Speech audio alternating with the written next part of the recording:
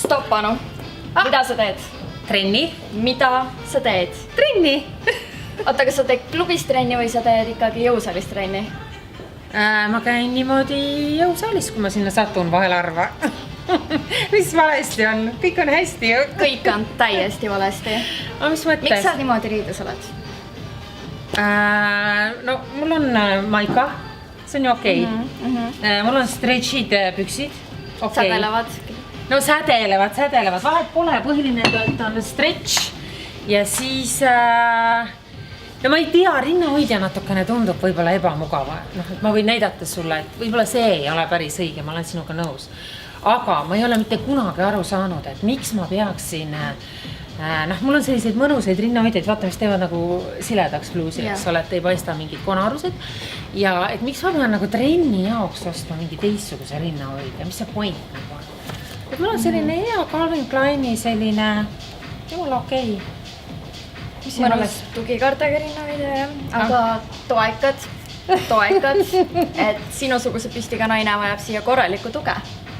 Vaat sellest ma aru ei saa. Tead sa, ma olen nüüd neid igasuguseid põnevaid artikleid lugenud ja osa inimesi või arstid või spetsialistid ütlevad näiteks, kui sa oled teinud rindade kohendamise, täpselt nagu sinagi, siis tegelikult sul ei ole rinnahoidjat üldse vaja. Kummuta see fakt nüüd või kinnita? Tead, me vaatame siin ükshaaval üle, mis on siin pildil kõik valesti, paneme paika, vahetame asjad ära ja vaatame siis, kuidas sa ennast tunned ja siis sa oskad ise öelda, miks me vajame ka rindadele tuge. Aga miks me vajame? Ütle mulle seda. Seepärast, et rinnad on väga hellad kohad ja me peame neid hoidma.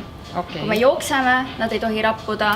Kui me teeme trenni, nad peavad olema tugevalt paigal, seepärast, et esiteks on ebamugav ja teiseks meil ei ole vaja, et nad hüppavad niimoodi. Aga kas rinnad ei taha trenni, et mina ise nagu mõtlen, et nad tahaks ju ka nagu, et siis nad on võib-olla paremas vormis, kui nad nagu saavad ka pisut treenitud nii-öelda.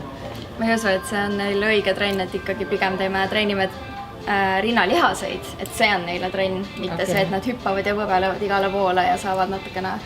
Okei, see on täiesti väär arusaam, et kui sa oled tegelikult käinud rindu kohendamas, siis pärast seda rinnahoidjat vaja ei ole.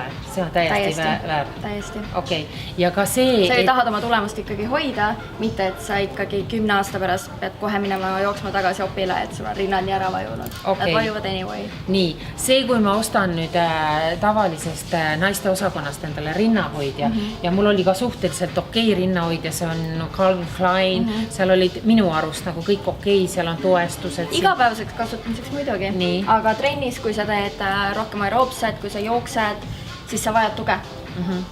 Et ma tahan näha seda imerinnahoidjat, mis peaks igal juhul olema, sel juhul, kui sa teed siis trenni regulaarselt. Sellist on olemas. Okei, seda ma kohe vaatan.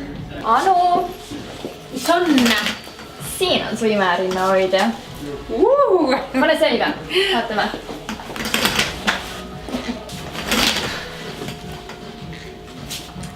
No nii, Anu on ka väike paljas porgand, oranž ka veel. Mul on täpselt samasugune. Ja kas see on mugav? Suurepärane. See on tõesti kõva. Second skin, kõva, tõesti on kõva. Ja näed, selja tagant ka on hästi oluline, et ei oleks need rinnahoidja paelad, mis hakkavad soonima kuskilt ja üle õlgade vajuma, et see ei saa kuskile liikuda vajuda ja ta on nii hingavast materjalist ja tegelikult vett tõrjub ja lihtsalt fantastiline ja saab panna tugevamalt kinni, õrnemalt, saab neid reguleerida kõike, mis tõttu tegelikult jah, sul võib olla see tavarinnahoidja, aga kui sa tahad maksimum komfortit, siis sa ei pääse spordirinnahoidjast. Jookse sellega, hüppa, rinnad püsivad paigal. Okei, selge.